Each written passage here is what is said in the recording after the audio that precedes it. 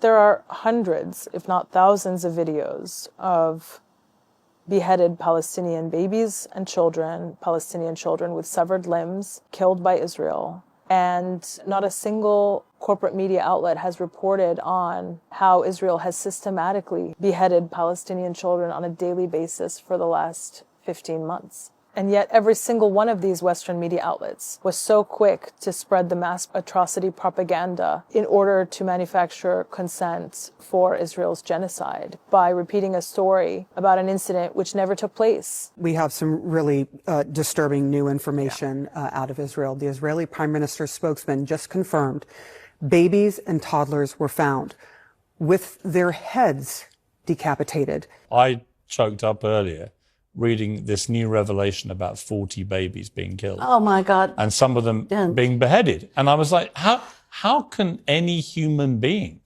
do that to a baby? So what message does that send? That mythical beheaded babies, because they were Israeli, are to be reported on when the incident never happened. But that Palestinian babies and children, when they're beheaded and their limbs are severed and they're found hanging from trees with half of their body missing, that they are not worth the coverage to report on their experience, on their premature death at the hands of Israel and the United States. Did you know that Israeli occupation forces tied explosives to the body of an 80-year-old Palestinian man who was forced to clear booby-trapped houses, and once they released him, they shot and killed him and his wife?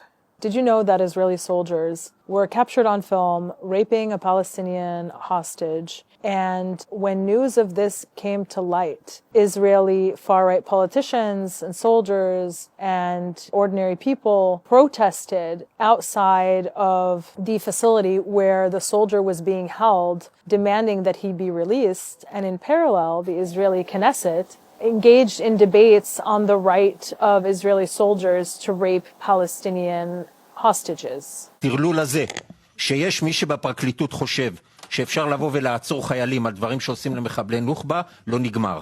אנחנו לא יכולים להמשיך כרגיל. להכניס מקל לרקטום של בן אדם, זה לגיטימי? כן, אם הוא נוח'בה, הכל לגיטימי לעשות לו. הכל!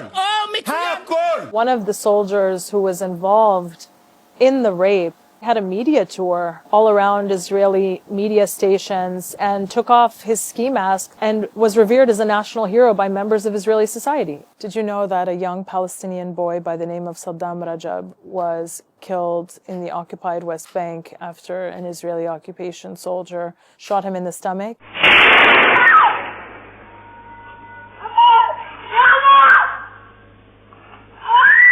Even though the evidence is right there, it was still responded to by supporters of Israel as being fake or being what they call Pallywood, because not only does Israel kill Palestinians with impunity, but Israel's supporters, to believe that their ideology is morally justified, when they do see images of Israel's policies against Palestinians, they just claim that they're fake, that they didn't happen, that they're made up entirely by Palestinians to claim global sympathy. Did you know that Israeli occupation forces recently killed a 2-year-old Palestinian girl by the name of Layla al-Khatib, who was sitting down to eat dinner with her family in occupied Jenin? She was shot in the head by an Israeli sniper. Not only did the Israeli sniper shoot her, but then the Israeli occupation forces prevented her and her family from rushing to get medical care, and she died. This, of course, is not an aberration. This happens all the time on a daily basis. Prior to October 7th, 2022 had been the deadliest year for Palestinian children killed by Israeli occupation forces in the occupied West Bank in 15 years. But did you even know about it?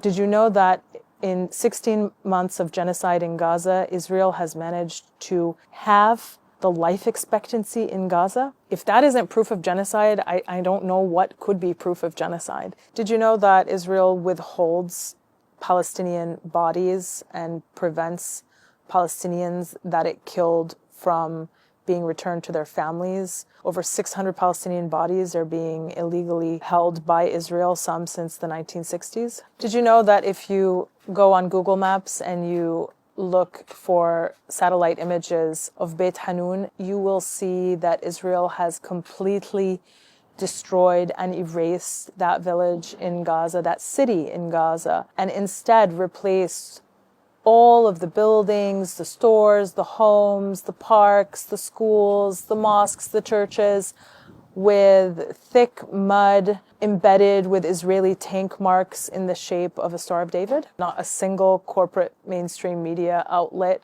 covered that story, thought it would be important. Consider, for example, as part of Israel's genocide, Israel has destroyed the overwhelming majority of all the infrastructure that is related to the provision of basic services like electricity, like water, like sanitation. It destroyed 90% of the housing units in Gaza. 90%. If that isn't genocide, I don't know what is. You can't possibly make the argument that the destruction of the majority, the overwhelming majority of all housing units in Gaza does not constitute intent to destroy a people in whole or in part. If you continue to get your information from mainstream media, I wouldn't be surprised if you didn't know any of these stories. But I think we should understand that if any one of these incidents had happened to an Israeli child or an Israeli family, then not only would the media be all over the story, politicians would be condemning it in the strongest possible terms, there would be widespread coverage and discussion about the horrors that that individual had endured. But when violence is carried out against Palestinians systematically in much wider proportions over 76 years, it is something that the global north wants us to accept as a reality, as a status quo, as the default. And as a result, evil is allowed to prevail with absolute impunity. After 15 months of a daily live stream genocide, we're really at a very critical turning point. Either the global community decides that international law is to mean something and is to actually be applied consistently to all offenders, no matter who they are, no matter where they're from, no matter the circumstances, or we decide to throw it away entirely. I don't see a middle ground because the Gaza genocide has exposed the double standards and the hypocrisy that is so embedded into the system. If you take the example of the ICC warrants for Netanyahu and Yoav Gallant, you've had states in Europe come out and say they're just not going to honor the warrants. Netanyahu and Gallant will be allowed to visit their states in total impunity and that they won't comply with the obligation to actually arrest them and hand them over to The Hague. That's their obligation as signatories to the Rome Statute, the treaty that establishes the International Criminal Court. And in retaliation for the issuance of the arrest warrants against Netanyahu and Gallant for crimes against humanity and war crimes committed in Gaza, the U.S., under the Trump administration, has sanctioned the International Criminal Court. That should make everyone stop to pause and reflect on who the good guys are in this and who might the bad guys be. The world that we're creating, if we continue to ignore international law, is a very dangerous world. It's a world where states' conduct is not bound by any notions of law or morality. It's a world where the only principle is if I can get away with it, then I will do it. It's a world that is going to, in many ways, resemble much of the death and destruction and killing that we saw at the height of empire hundreds of years ago. But also, it's a world that's going to be much more dangerous even than that because of the ability now to accelerate and to automate killing and destruction through the technologies of today that we didn't have back then.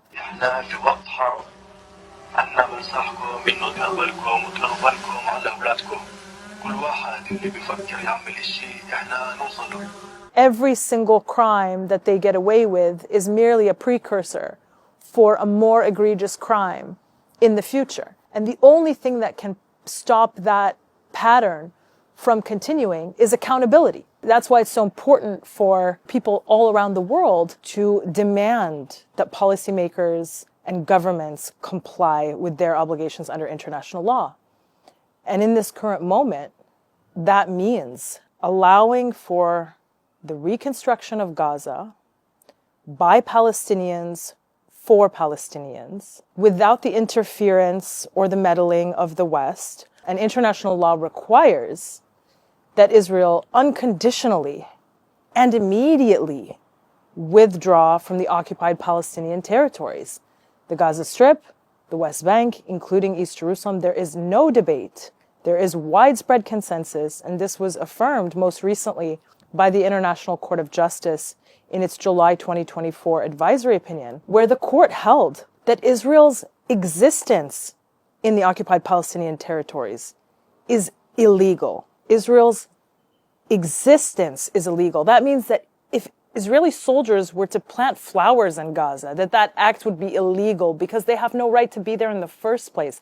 It's Palestinian land. The court went so far as to say that Israel's conduct in the occupied Palestinian territories violates a number of peremptory norms under international law. These are norms of the highest order from which no derogation is possible. They're the most serious violations of international law. Violations like the prohibition on apartheid, against racial discrimination, against violating self-determination of Palestinians, against the acquisition of territory by force. The court found that Israel was engaged in all of these extremely serious breaches towards the Palestinians, and that the only solution is an immediate and unconditional withdrawal of Israeli forces from Palestinian land. Now, when you compare that, which is what Israel's obligations are under international law, with the public discourse in the West, you see how far we are from adopting a policy that is compliant with the law. So this is really important. Israel must leave Palestinian land and has no legal claim to it whatsoever. Not to build settlements there, not to extract wealth from Palestinian land through the theft of resources like Palestinian gas off the coast of Gaza, not to take our water, not to do anything there. It has no right to be there, period. It's so essential in this moment to support independent media outlets, which are oftentimes the only source of amplifying Palestinian voices and supporting truth and justice. Support independent media, support Double Down News on Patreon. And if you'd like to hear more from me, follow on Instagram at Gazan Girl and join our Patreon, patreon.com/PalestinePod.